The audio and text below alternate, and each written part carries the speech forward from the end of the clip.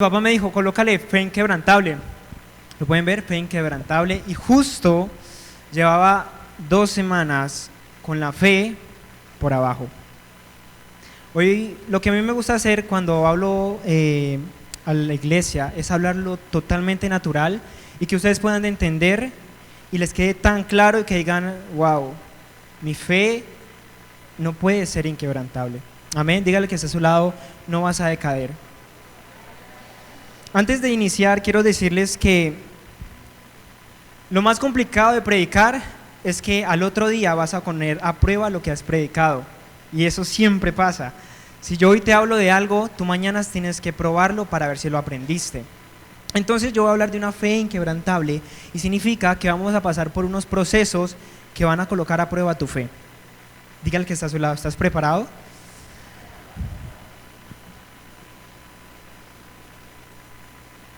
Antes de iniciar, yo quiero una oración, si ustedes me permiten. Señor, en esta noche yo te pido que me guíes, que seas tú conmigo. Quiero que totalmente, Dios, tu palabra toque los corazones, que podamos tener esa fe inquebrantable y que tu gracia abunde sobre nosotros. En el nombre de Jesús, amén y amén. Como les decía, hace 2 semanas mi fe había estado muy plana. Mi fe había decaído. Y no en sentido de pecado, sino en sentido de que a veces el diablo te habla como Elías y te escondes. A veces la embarras como David y te apartas. A veces negamos a Jesús como Pedro y nos entramos en depresión. A veces estamos como Jesús en nuestra humanidad total que no nos permite ver a Jesús totalmente en su plenitud y caemos en una depresión, caemos en una fuente aparte de lo que es Jesús. ¿Me hago entender? Puedes venir a la iglesia muchas veces, puedes aprender y cantar muchas veces, pero el cristianismo o a Jesús mismo se te ha vuelto cotidiano. El cristianismo se te ha vuelto normal y tu fe está bajando. Dí al que está a su lado, ¿tu fe está bajando? Pregúntale. No sé, yo me he familiarizado tantos años y a veces me familiarizo con los libros de la Biblia. A veces me familiarizo con Moisés, un David, un Abraham. ¿Sí o no? Usted escucha la historia y dice, ya sé lo que va a pasar. Sí, se va a morir, va a matar al hijo, le hace la magia, no lo mate y ya. Nos familiarizamos tanto con eso. Y lo puedo decir, me he familiarizado tanto con eso. David mató a Goliat, le dio en la cabecita, lo tumbó y le cortó el cuellito. Ya, eso, hasta ahí. Siempre es lo mismo. Pero yo le dije, Dios, ¿cómo hago para que mi fe no se quebrante tanto? Porque mi fe se mueve muchas veces. Y puedes estar sobre una roca, puedes estar yendo a la iglesia todos los días, todo el mes, todo el año, pero te apuesto que en ese mes, digamos en este mes, vas a estar a prueba 2 semanas enteras. Y esas 2 semanas tienes para rendirte o para crecer en fe, ¿sí o no? Quiero hablar de 7 hombres que marcaron mi vida en la Biblia. Primero es Juan el Bautista.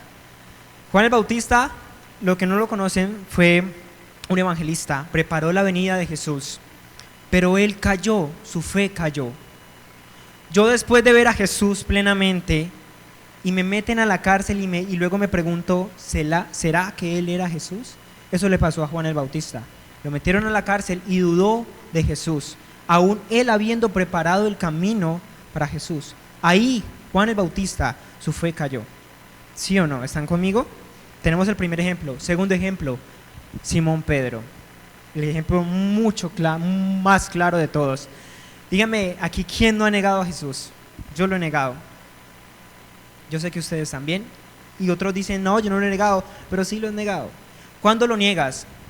Cuando no eres Jesús afuera, sino que eres tú mismo. Cuando las personas te llegan a ti y actúas totalmente como dicen, se me salió el apellido. Acabas de negar a Jesús, porque la otra persona ve a un cristiano y tú la embarras. Has negado a Jesús, pero tranquilo, no te quiero asustar, no somos perfectos. Y te apuesto que en todo el año vas a negar a Jesús muchas veces. Pero la cuestión es que tu fe, ¿en qué posición está? ¿Te vas a quedar allá abajo o te vas a subir? Me pasó, les voy a contar, les voy a contar un relato. Me gusta contar historias que me llevan a conocer el cristianismo más. Estaba manejando y estoy laborando, llevando gente y todo eso. No soy Uber, soy Didi si me necesitan. Entonces estaba manejando y se subió un muchacho y me dice, con un bebé, me dice, ve, yo a vos te conozco. Y yo no lo conozco. Yo le dije, ¿sí? ¿Dónde? Él me dijo, ¿vos por dónde vivís? Y yo le dije, no, pues mintamos, le dije así. Primera negación de mi fe. Le dije, no, por ahí, por Ciudad 2000, le dije. Y él me dijo, ay, claro, yo vivo en Ciudad 2000. ¿Vos no te acordás de mí? Y yo, espérate, creo que sí, le dije así. Segunda negación de Dios. Me dice, ¿vos no trabajas en una tienda? Y yo hace muchos años en mi casa, nosotros teníamos una tienda. Y yo dije, pues sí, yo trabajo en una tienda. Es que, claro, yo pasaba por ahí con una pelada pelinegra en un carro, ¿vos te acordás? Yo no sabía quién era yo. Claro, sí, ¿cómo vas? Bien, le dije así. Obviamente me metí en el cuento y le dije, sí, ¿cómo vas? ¿Cómo va tu vida? Yo, de verdad, tenía miedo un poquito. Él me dijo, no, mira que mi mujer me dejó. Espera, y antes de eso él me dijo, la muchacha pelinegra, y yo le dije, la flaquita, y él quedó como que, sí, como medio flaquita, me dijo, yo, ok. Y luego me dijo, yo le dije, ve, él me contó, perdón, estoy mal, me dijo así. Yo le dije, ¿por qué? Yo no, yo me hice como amigo siendo no amigo. Le dije, uy, ¿por qué? ¿Cómo así? Pero vos antes estabas en ese carro, andabas súper bien, todo me lo estaba inventando. Y él me dijo, no, sí, pana, yo estaba súper bien. Pero él me dijo, mi mujer me dejó. Y tenía el niño atrás mío jugando con un tetero y chorreándome todo el asiento con un líquido, yo no sé qué era eso. Y el man hablaba como muy trabado y todo, pero se veía bien. Y yo lo miré y yo le dije, ¿cómo así? Contame. Y empezó a contarme, no, que mira esto y esto. Me dijo, mi mujer me dejó y estoy metiendo perico. Y yo dije, wow, listo. En un momentico yo pensé, bueno, yo soy cristiano y yo tengo que decirle todo lo bueno en ese momento de Jesús. Entonces yo lo volteé a mirar y le iba a empezar a predicar y él me siguió, pero me interrumpió, pero espérate.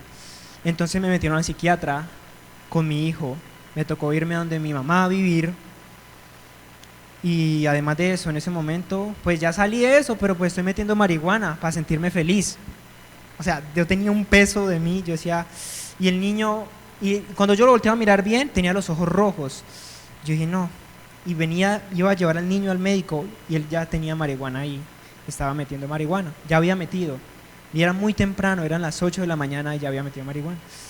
Yo me quedé mirándolo y le dije, o sea, yo se me pasó por todo. Me dijo, cuando él me dijo, yo meto marihuana para estar feliz, yo le dije, no, pues, yo le voy a decir, te invito a la iglesia, es brutal, es genial, vas a conocer a Jesús, va a cambiar tu vida.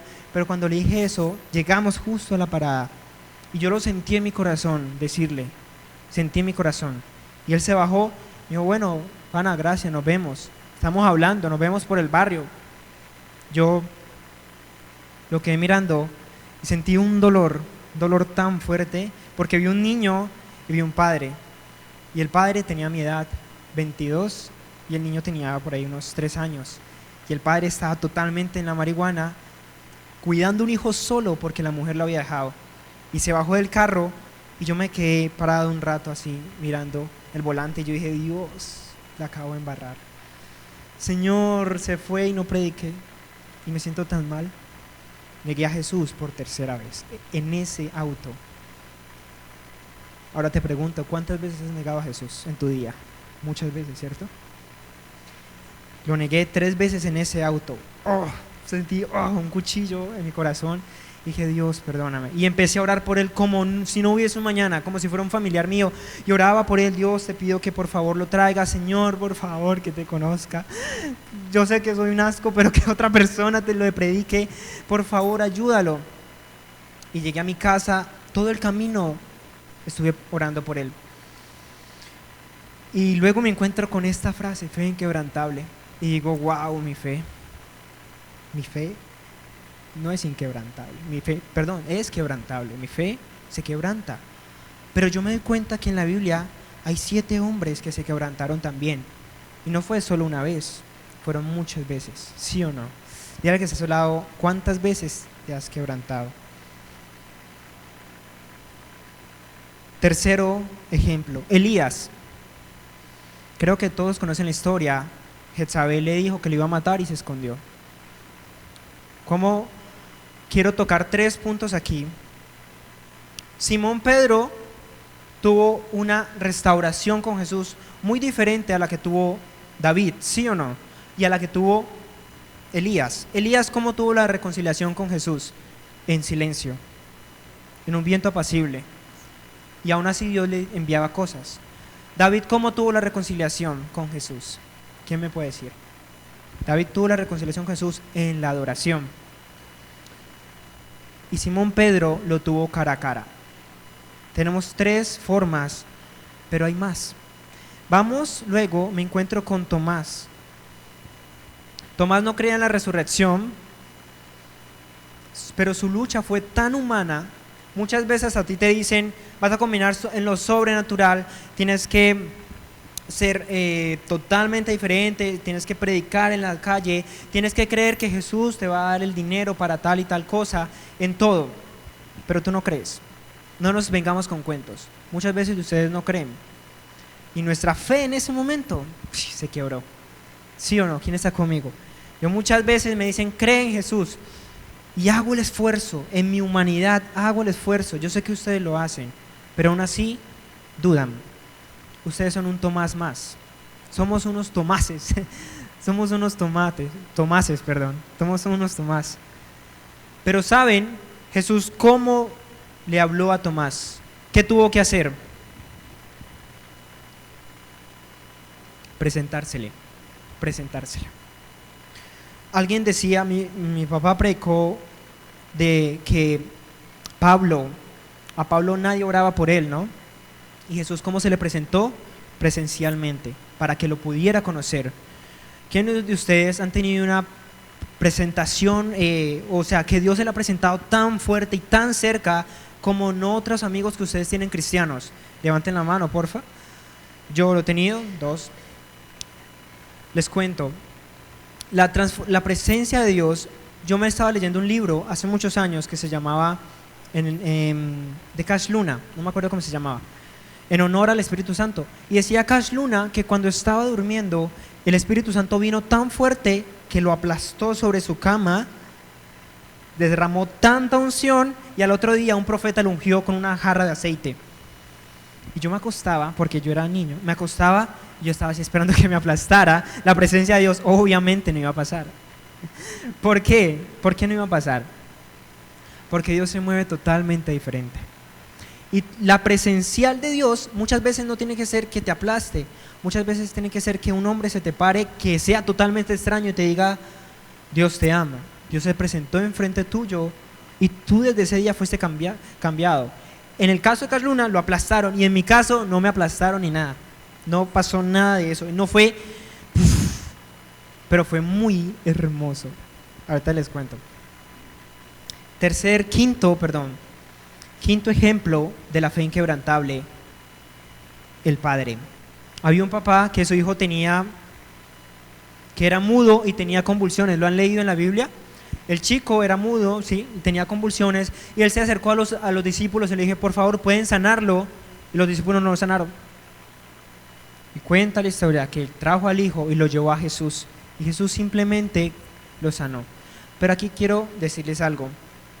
Bien, muchas veces has venido a la iglesia con un deseo de cambiar, con un deseo de que Dios te hablara tan fuerte, que te tocara, de que tú estás parado en esa silla, sentado en esa silla y luego te paras y ves que todo el mundo llora y tú no lloras. Ves que hay una señora gritando y tú no sientes nada. ¿Sí o no?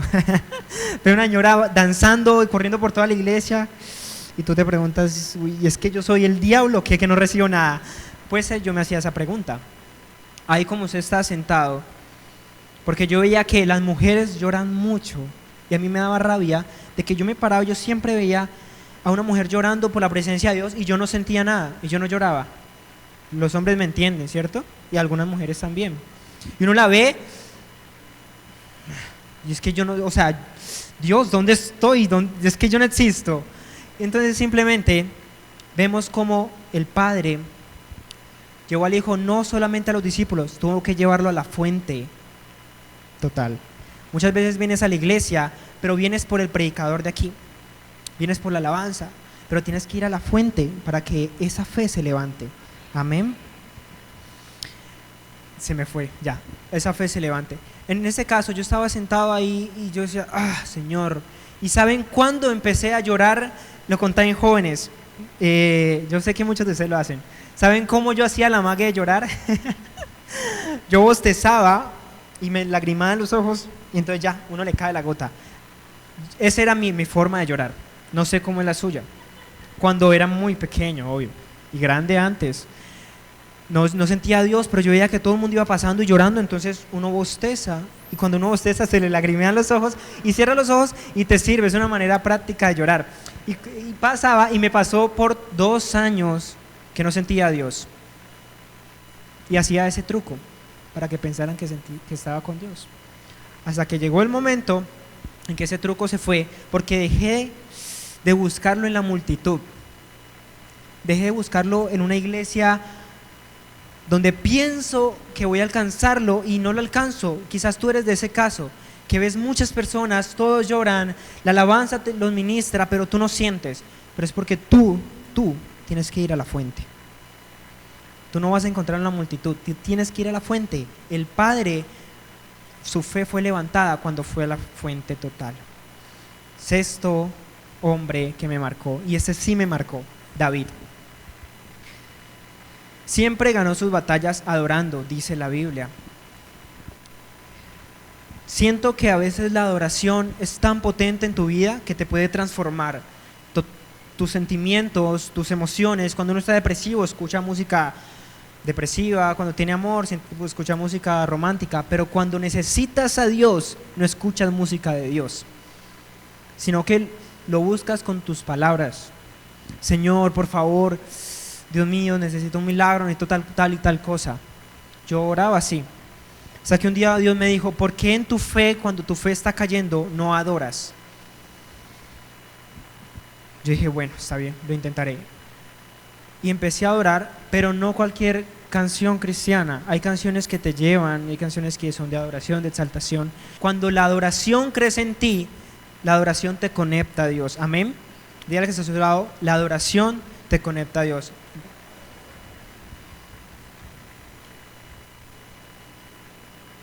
Séptimo hombre, Jesús. Yo creo que oraba yo mucho de esta forma cuando empecé a conocer a Dios y le decía, Señor, yo quiero ser como tú y no quiero pecar tanto. Yo le decía, Señor, no quiero salir del cuarto de oración porque si salgo voy a pecar, entonces ¿para qué salir? Qué embarrada, ¿no? ¿Para qué salir?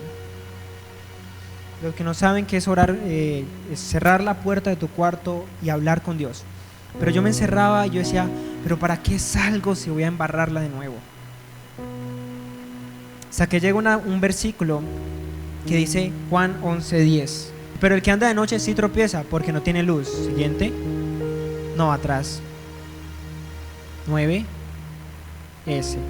El que anda de día no tropieza porque tiene la luz de este mundo.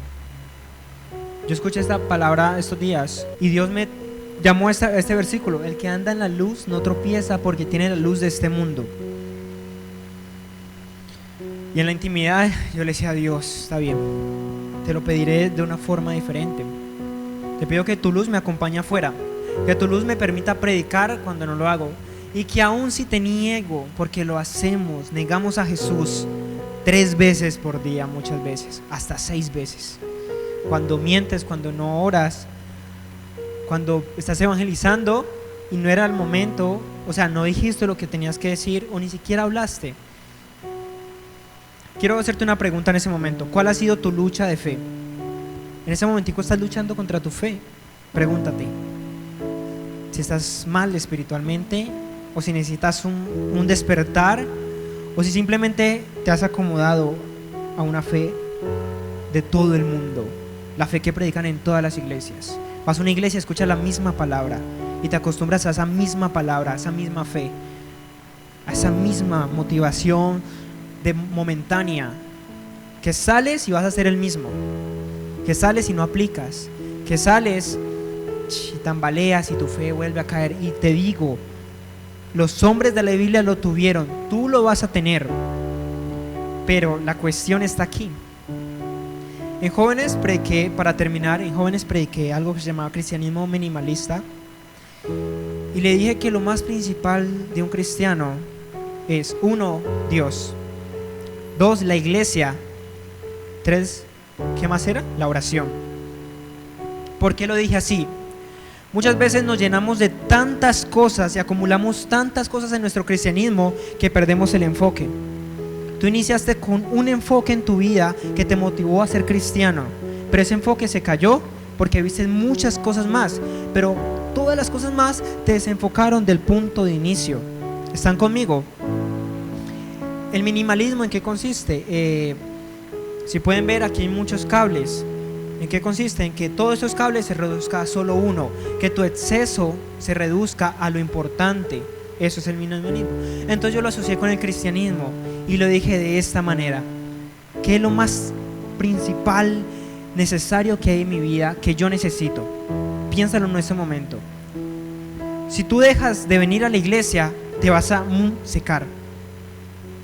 Pero si tú dejas de orar, te vas a morir espiritualmente. Eso es lo esencial de un cristianismo. Céntralo ahí. Desde que tú te centres en la oración, tu vida va a sacar raíces, vas a prosperar, vas a traer bendición, frutos, pero todo está de un inicio. La Biblia dice: buscar el reino de Dios primeramente y todo será añadido. Entonces, ¿por qué buscas tanto las añadiduras? ¿Por qué estamos tan distraídos en nuestras añadiduras? ¿Por qué estás tan distraído en lo que inicialmente tú querías?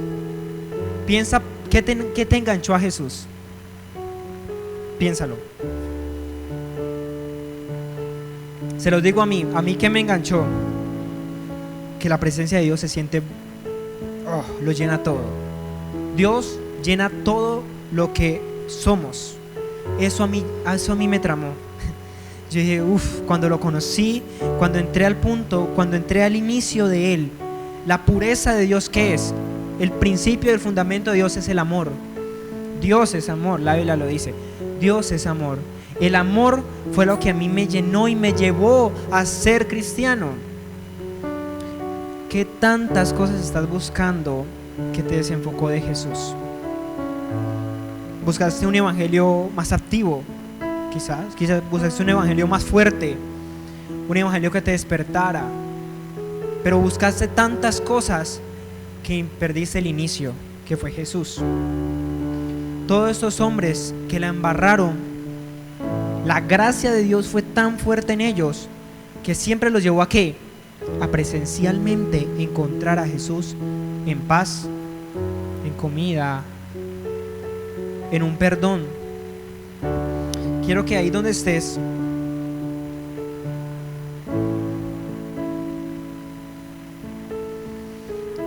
quiero mencionar esta película que la había colocado acá. ¿Quién se ha visto Narnia? Yo me he visto Narnia, de la bruja, el rey y el león. Han visto que en Narnia hay 2 más o 3 películas más, pero en todas Aslan actúa de diferente manera. Los que no se la han visto son unos niños que están en la lucha y hay un león que los acompaña y siempre vencen. Hay un súper resumen. Y me doy cuenta de que Jesús actúa siempre de diferentes maneras. Venimos a la iglesia buscando que Jesús actúe de la misma manera que lo hice la semana pasada. Dios te ayudó ayer, te hizo un milagro en tu cuenta y te aparecieron 500,000 pesos y tú piensas que esta semana también te va a pasar lo mismo. ¿Sí o no?